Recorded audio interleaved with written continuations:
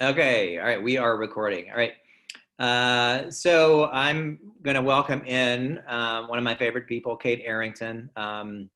We have, Kate and we met, I think we met at Williamstown Theater Festival. Is that correct? Yeah, I was just thinking about this morning. I think I was 16. Yeah, Which so was I a long think I time was ago. 21, and the reason I remember that because I could legally go to the bars. Oh, Uh, wow. Yeah, I could not. yeah.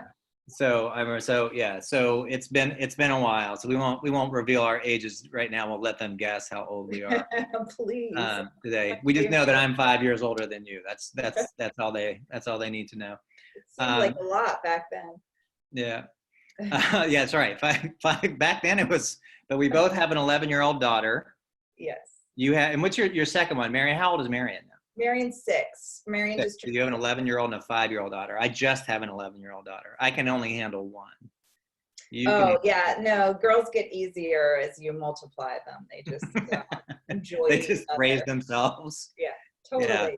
It's All right. true. Oh my God, Sylvie's completely raising Marion. It's a Well, beautiful thing. it's one of them becomes like what like mom by proxy, right? Yeah, exactly. Yeah, the oldest one. Yeah, that's good. Okay, well maybe we'll have like 4 or 5 more, and then it'll just get easier and easier. I'll check with my wife about that. I See don't what think she says. I don't think she's okay with that.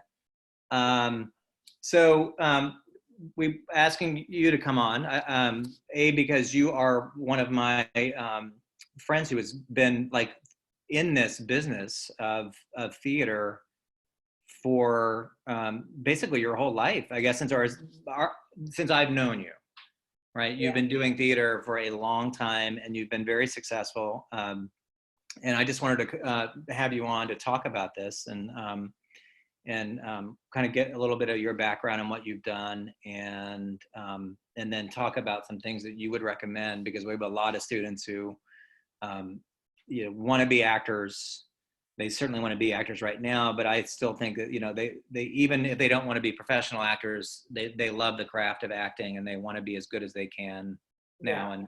Yeah. And you were certainly one of those who I'm sure you have some thoughts on how to be the best actor you can be. So let's go into your back. Let's take you back to high school when All right. we met.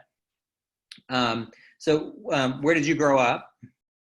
I grew up in Raleigh, North Carolina.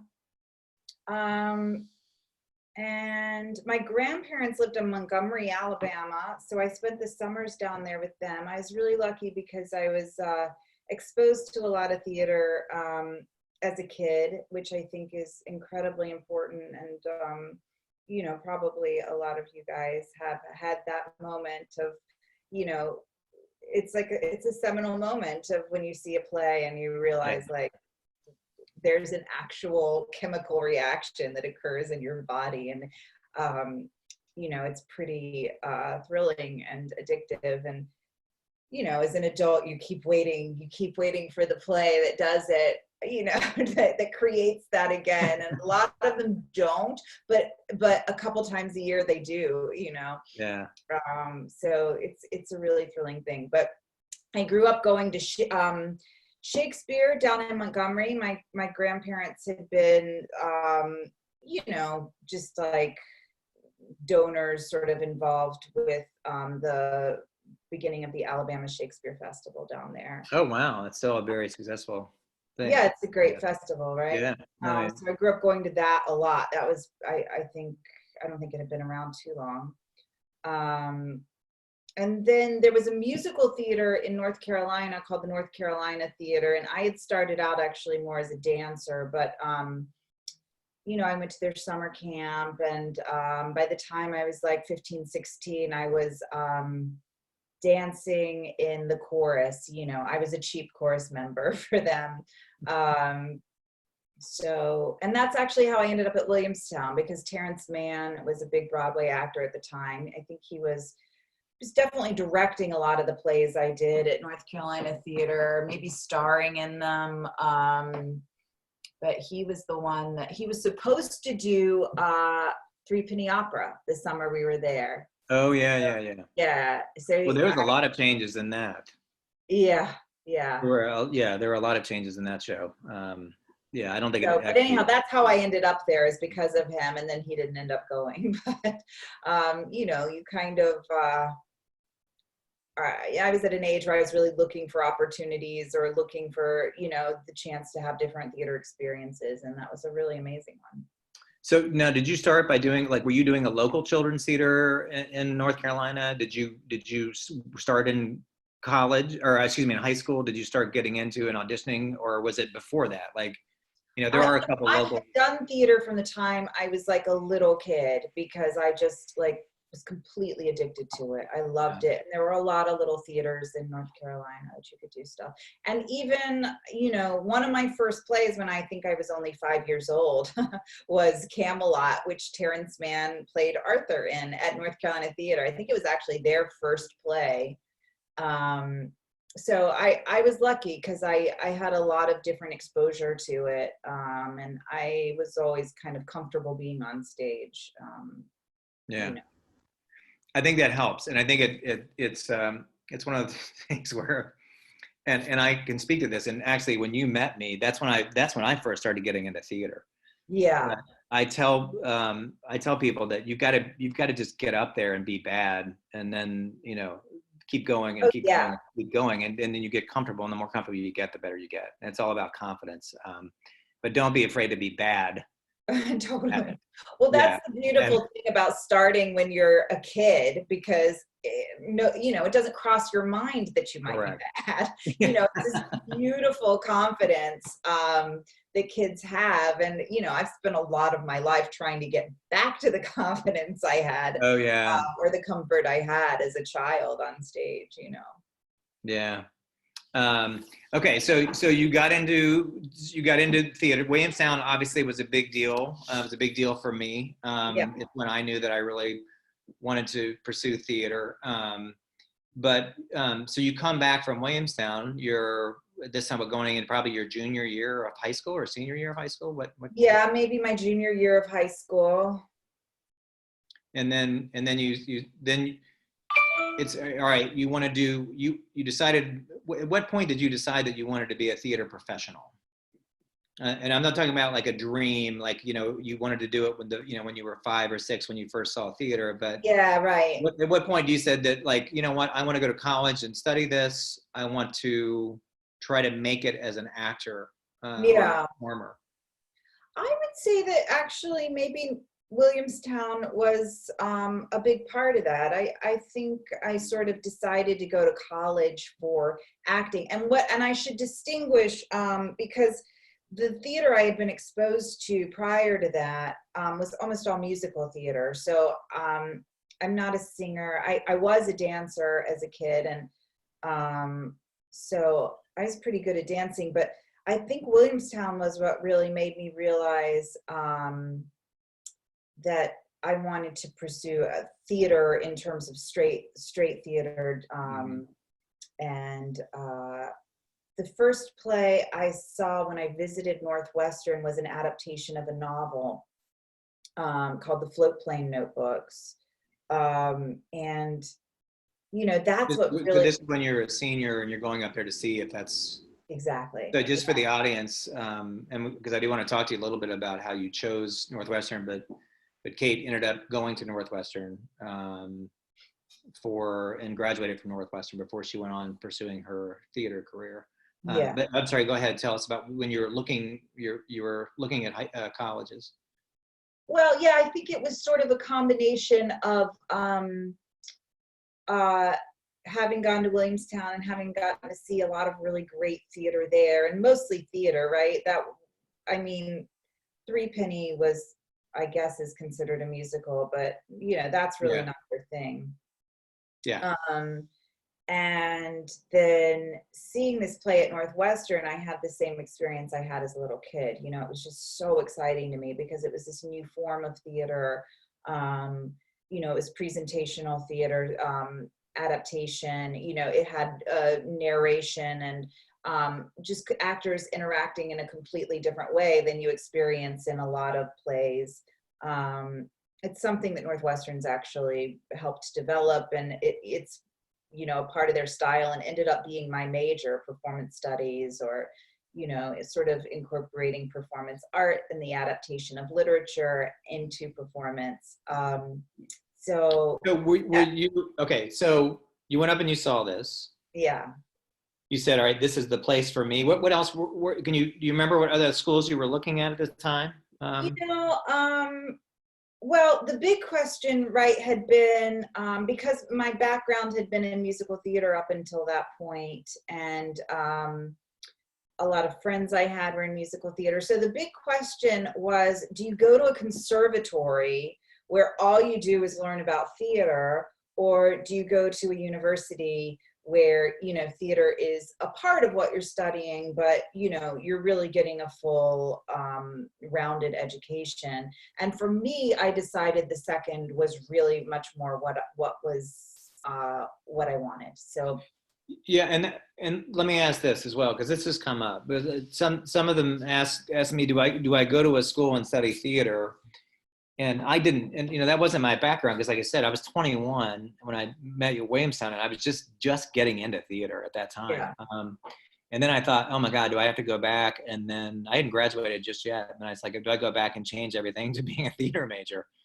Um, I remember the discussion at that time was more, you want to be, well, I remember some of the actors who came through when we did those seminars at Williamstown, they were saying, you know, I would major probably in anything else other than just straight theater. Like, in other words, don't go and just immerse yourself in theater, because you have to actually have a well-rounded education and a well-rounded life. And it seems like those people who choose that, they do. I think they bring a little extra to the, you know, like being. I remember someone specific. I can't remember the guy's name, but he said, you know, maybe be an English major so you can read as much as possible, and then you bring that to your theater experience. yeah, So yeah.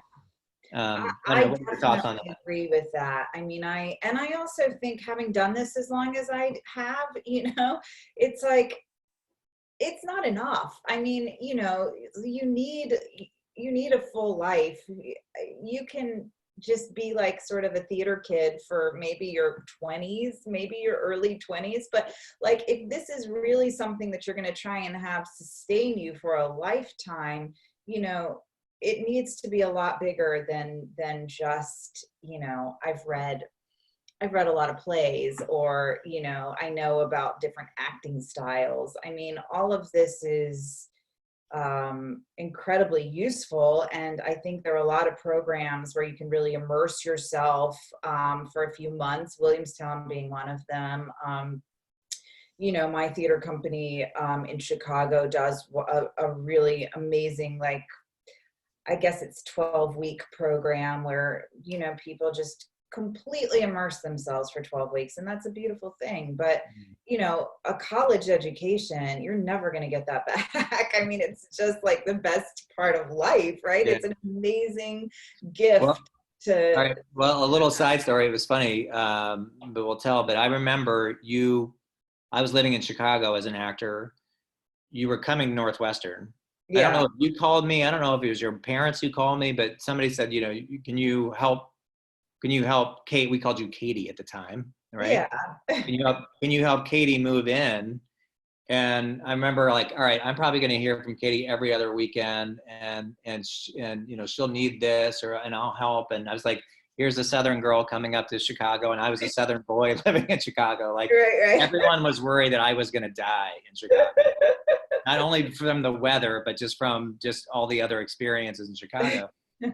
And I remember, like, I dropped you off, said bye, and it was like 4 years later. I'm like, Stop it. It was yes, not. it was. I think you were a senior by the time that I think that I heard from you again. I think, which is, and it's no offense, but I wanted you to go off and have your wonderful experience at Northwestern. It was great. I probably needed you more than you needed me. You were doing great inside of Northwestern, and I was, you know, waiting tables and bartending and That's such being a an good actor. Yeah. point. You know, I mean, when you're in college, you have this, like, it's like a womb. I mean, it's this beautiful, like, nicely padded um crib of, you Yeah. know, you have a built-in social structure, you have fantastic limitations. You have places you need to be on time and assignments that need to be done. And all of this is incredibly useful in life, right? And then you're done, and it's just like, you're just floating in space for a few years, wondering, what to do with yourself. So you were definitely in a harder position than I was at that point in life.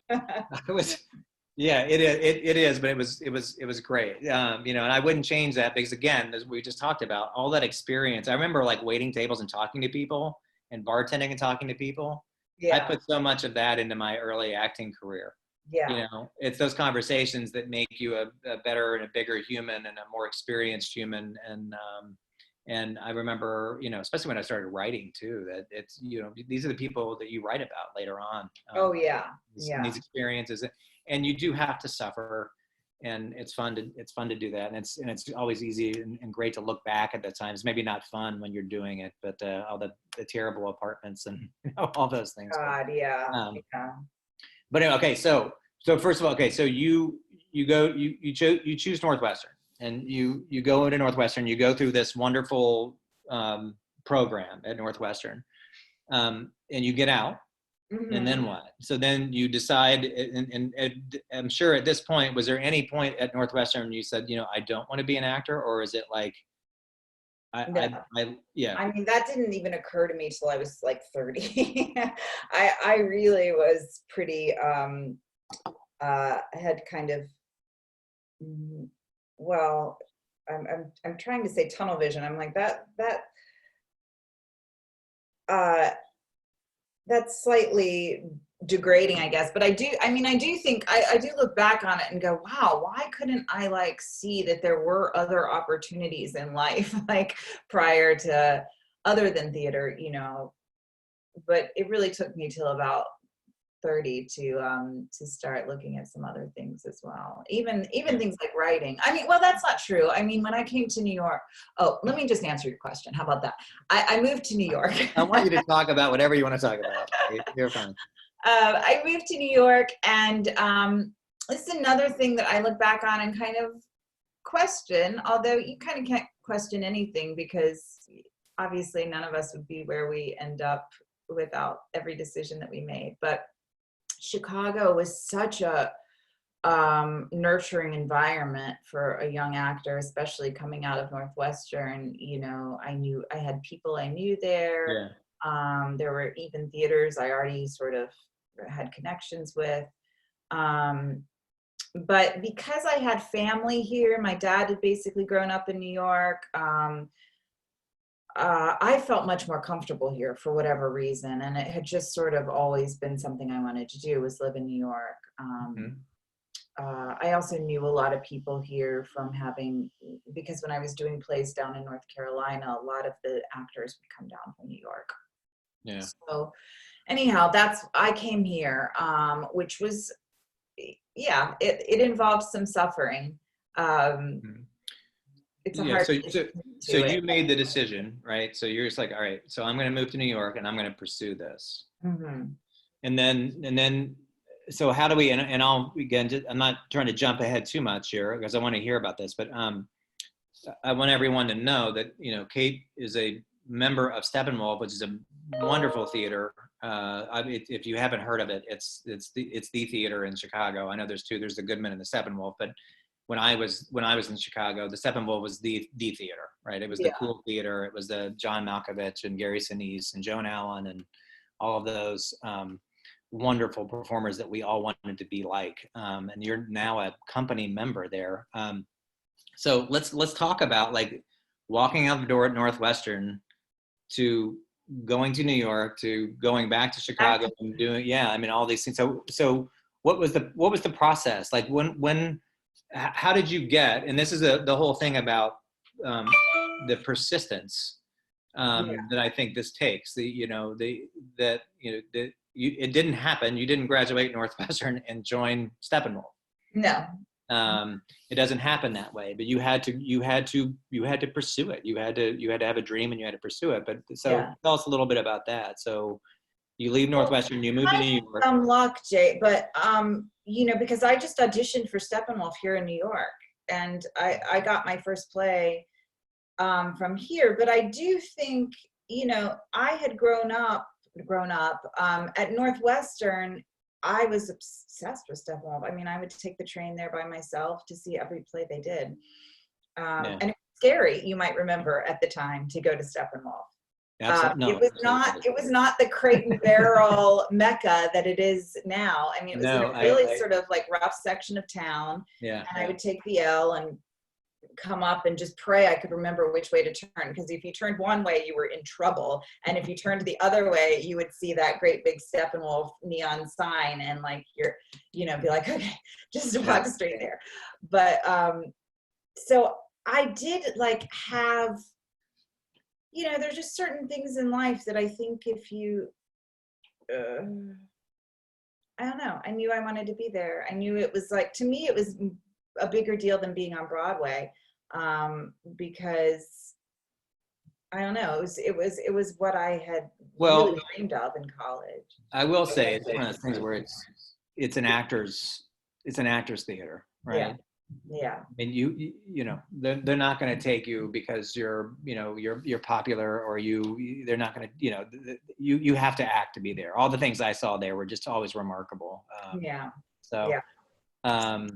But I mean, so your training and all of that stuff, how did that prepare you to go, you know, to, you know, what is it that you did that you think, what was the kind of the magic formula that got you, you know, I know it kind of began, you know, we're talking about what happened to you when you were younger in high school, and those moments and what you got to experience in high school. And then you got to go to Northwestern and got a wonderful experience there, moved to New York.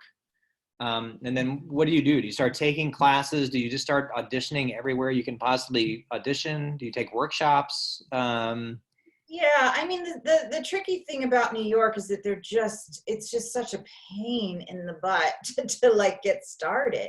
Yeah. You know, it's really hard to audition without an agent. It's impossible to get an agent without having work. So it's like, it's just a miracle that anyone works in this town. And because there's no chicken and there's no egg, you know, it's like, how do you start working? Yeah.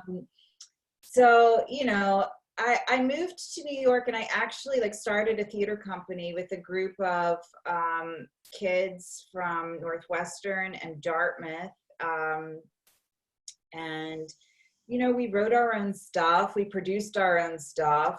Talk about failing. Boy, did we fail. We failed with bells on.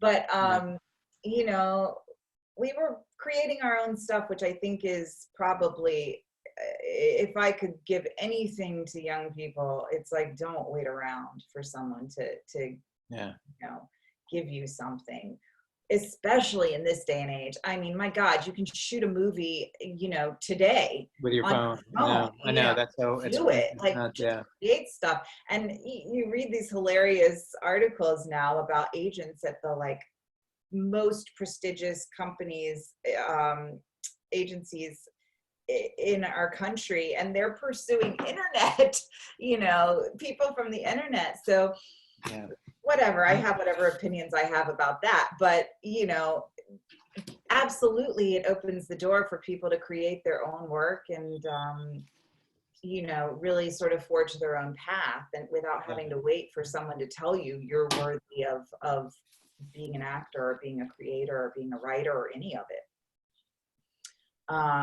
Anyhow, so yeah, I did try that for a few years, and that was great. I waited tables. I don't have any idea how I finally ended up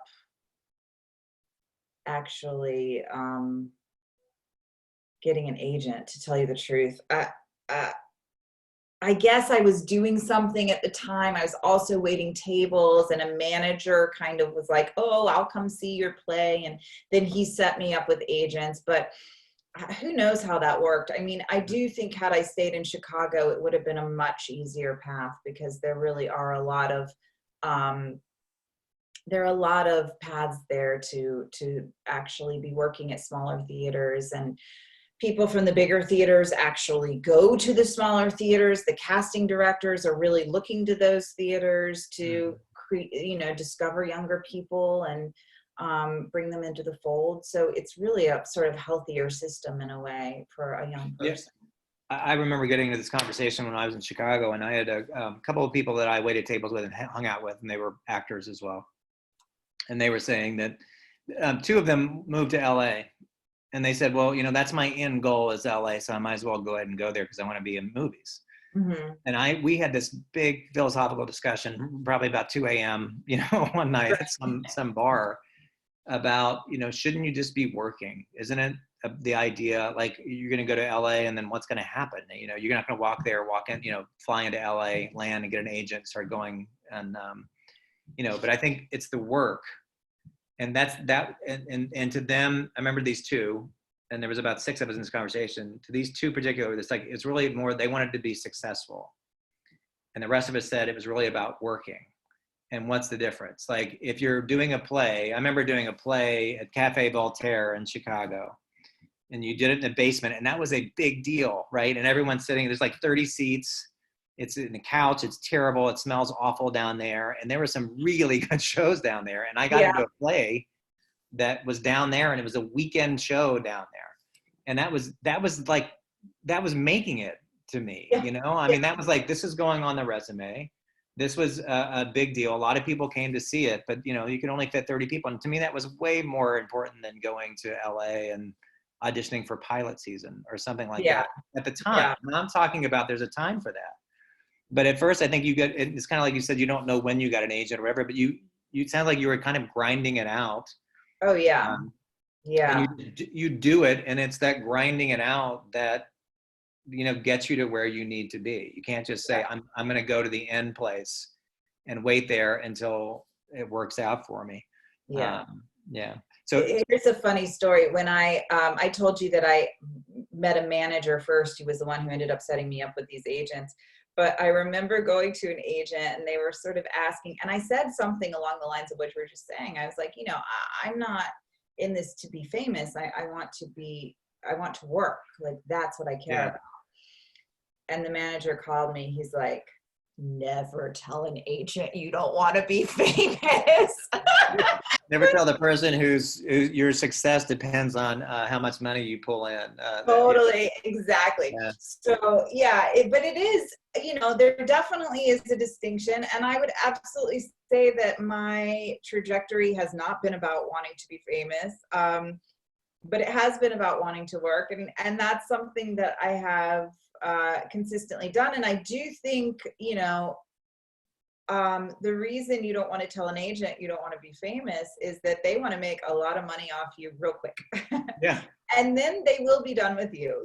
So if you're thinking their investment is not in your lifetime, their investment is in the next couple of years. Correct. So if you have to be invested in a life, and make decisions for you, not for your agent, right? And I do think that probably involves having, maybe you want to be famous too. There's a way to do both, but you have to be careful about it, because a lot of paths to fame are very short-lived. Correct. And I think it's, I think we kind of touched on something, and I tell the young actors this as well, is that being famous is a byproduct of working hard, right?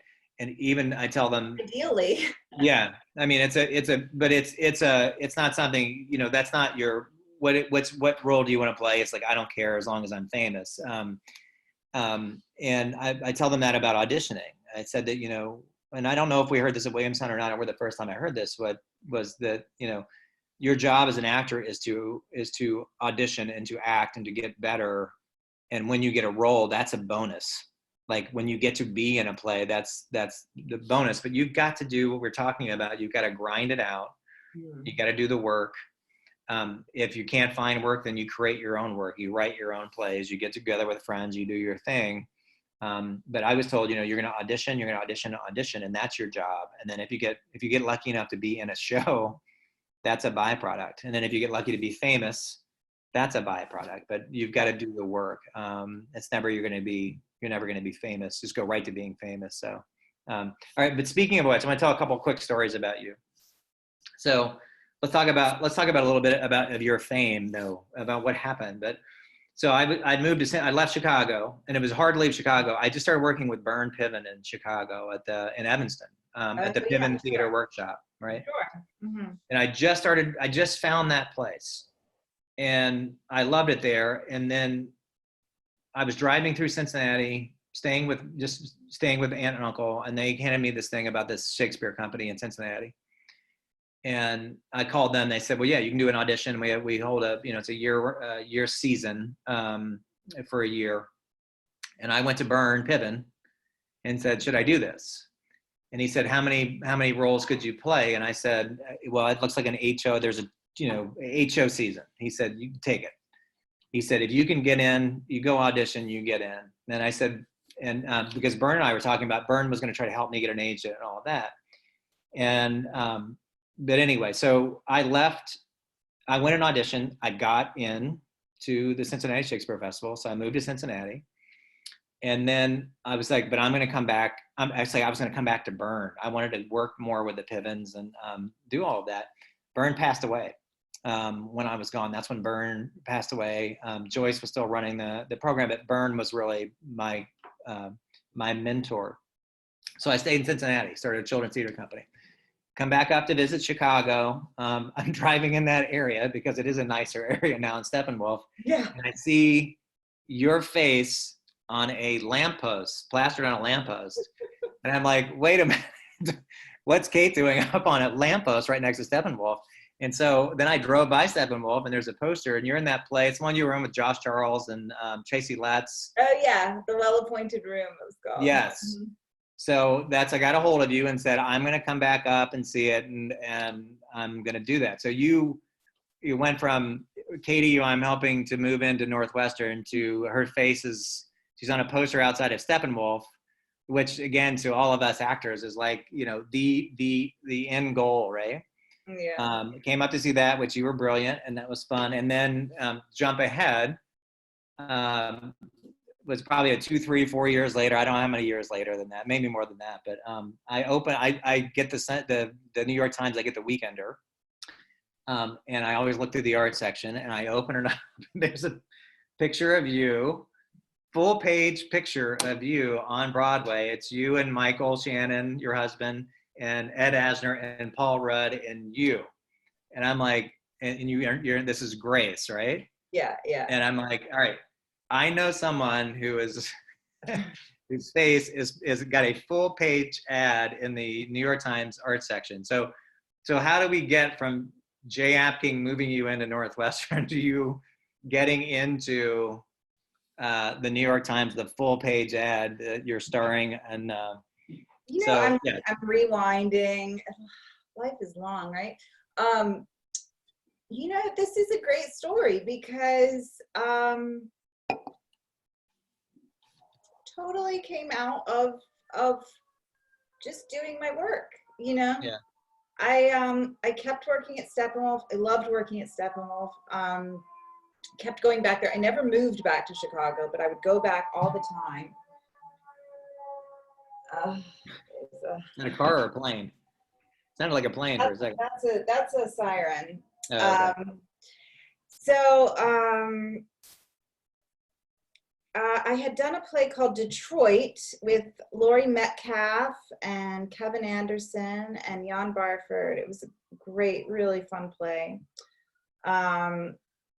And it was going to transfer to Broadway. I don't even know why it didn't.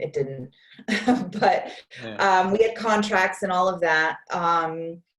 And one of the associate producers was this woman, Debbie Bisno, who came up in Chicago as well. And, she was like, hey, let's get together for drinks. I'm going to be associate producing this play. And we're sitting there and she's like, is there anything you and Mike have ever wanted to do? And I was like, yeah, we've wanted to do this play, Grace. We really like it. And that's what happened. Literally. And she read it. She loved it. She gave it to this other woman, also was interested in producing in Broadway. They loved it. So, it was completely like such an organic, it wasn't a thing where I walked into a room and had like the audition of all auditions, which it came out of the work I was doing and was proud of. And one door didn't open and another did. One door that was absolutely supposed to, and another door that I didn't even know was a door. Yeah. So kind of a lovely process of life, just kind of evolving in the right ways when, like you said, you're focused on just doing your work. Yeah. And I think that happens a lot out of Chicago. I was just working on something.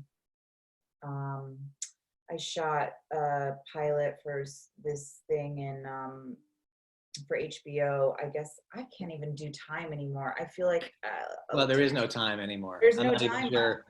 We I don't think know what was year like it this is or what day year. it is. What month are we in? Okay, no, it was last fall. That's when it was. But I went out to LA to shoot this pilot, and yeah, it was like John C. Reilly and Adam McKay, and like everybody there was just talking about the old days in Chicago, and all these people who've had these incredibly successful lives, but really they care about like where they started and where they come from. So yeah. Sorry, I let my dog in. Oh. Yeah. So, okay. So let's, because you and I could probably talk forever, and I love hearing about all of your goings on and all that. There's so much that I don't even know. We have these gaps. Like I said, Right. moved to Northwestern. 4 years. Northwestern. run into your picture in Chicago. Run into your picture in the New York Times. And then we get back together and catch up. But let's go back and just say, right now, kind of to wrap up this part of it, let's just say that what would you again, so we've got middle school actors who want to be actors. We've got these young actors in high school. What's your advice? If you could go back, and if there's one thing that you did that you say, I recommend that everyone do exactly what I did, or there's one thing that you wish you had done. It's hard to say that you wish you had done something different because you've been so successful, but still there might be something that some bit of advice that you have.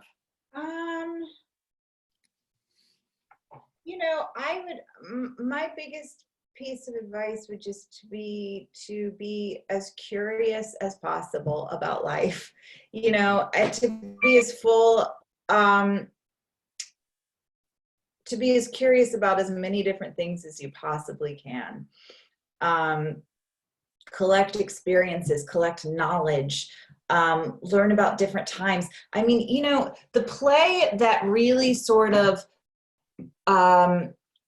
started a lot of things going for me was a play called The Violet Hour, that someone who's a very dear friend of mine named Richard Greenberg, he's a friend of mine now, but it was a play, it was my first sort of big play that I got cast in. It was the first play I got cast in at Steppenwolf, was the second time I did it. And, it was about writers from the 1920s, and I just happened to be really interested in writers from the 1920s. I knew everything about them. I knew all of it. I loved them. I felt connected to that time, and that's what gave me success, was just that sort of coming together of something I was passionate about. It had nothing to do with theater. It just was something I cared about. But it was why I got cast at Steppenwolf, I guarantee you, because I had that connection to it. And the more things you have that are, that you're just like kind of excited about and interested in and curious about, the more you have to work with, the more interesting a person you are. And really all we want to do is see an interesting person on, on screen, on stage, have a chat with, we just want to be around people that find the world exciting and find hope in the world. So I guess my biggest advice would be don't worry too much about theater. See a lot of theater, read a lot of plays, but worry about other stuff. Worry about life, all of it. Like, the world is huge and really fascinating. Well, yeah, it's something. It's funny because Anna, my daughter, is she's very into theater, and we've had this discussion. Like, it'll be a Friday night, and there'll be a high school musical, and Anna will be tired and she'll say, can we just stay home and watch TV? And I was like, look, yes, if that's a bit, you've got to make a great case for that, because it's better that you're out experiencing something than staying home. I think it's a big distraction, these days, with all the things that can distract them from having this experiential life. It's so easy to sit in the home and then to have life come to you and just passive participant in life. Yeah. But it is that. And I tell Anna that all the time. I said, you got to participate. You got to go see shows if you want to be, because she wants to be an actor right now. Yeah. You got to, the more you see, the more you do, the more you audition, the more you try, the more you read, you'll get just that much better each time you do it. And that'll help you in the long run. You're building that life, right? Yeah. Yeah. Anything else, Kate, you want to tell everybody before I let you off the hook here? I guess the only other thing I would say is,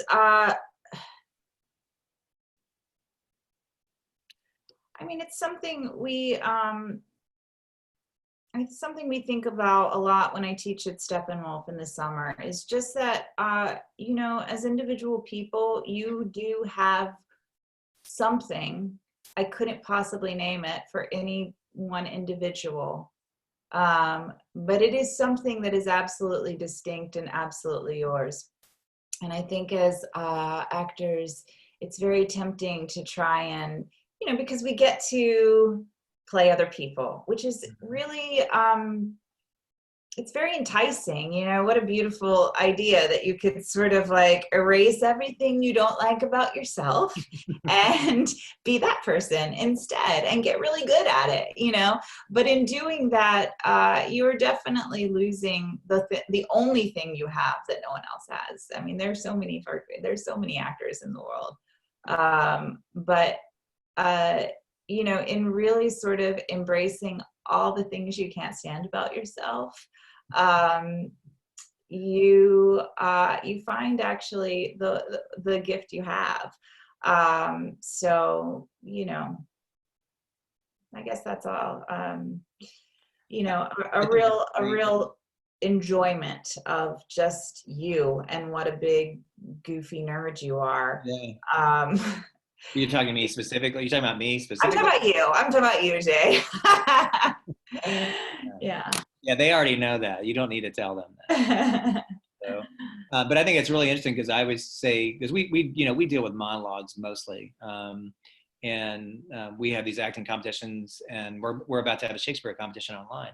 And I always tell them, the first thing I say, it's kind of exactly what you're saying, is start with you. Like when you're reading it, don't try to become the King of England. No. Don't become the Prince of Denmark, or the Queen or whatever, because you don't be yourself first. What is this role or these lines mean to you specifically? Because ultimately, that's how you're going to differentiate it from you doing it or me doing it. Yeah. It's got to mean something to you, and I think that's it. I think it's what you're touching on. I think that's a great big bit of advice. I think that's wonderful. So.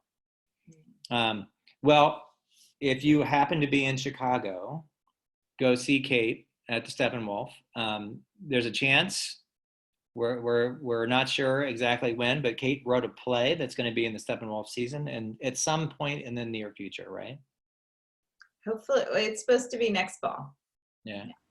But follow Kate. She's a tremendous actor and a tremendous person, and she's a great mom, and all those wonderful Mom things. number one. Mom number Have one. kids. That's my other advice. Do or don't. Have kids. What a joy, right?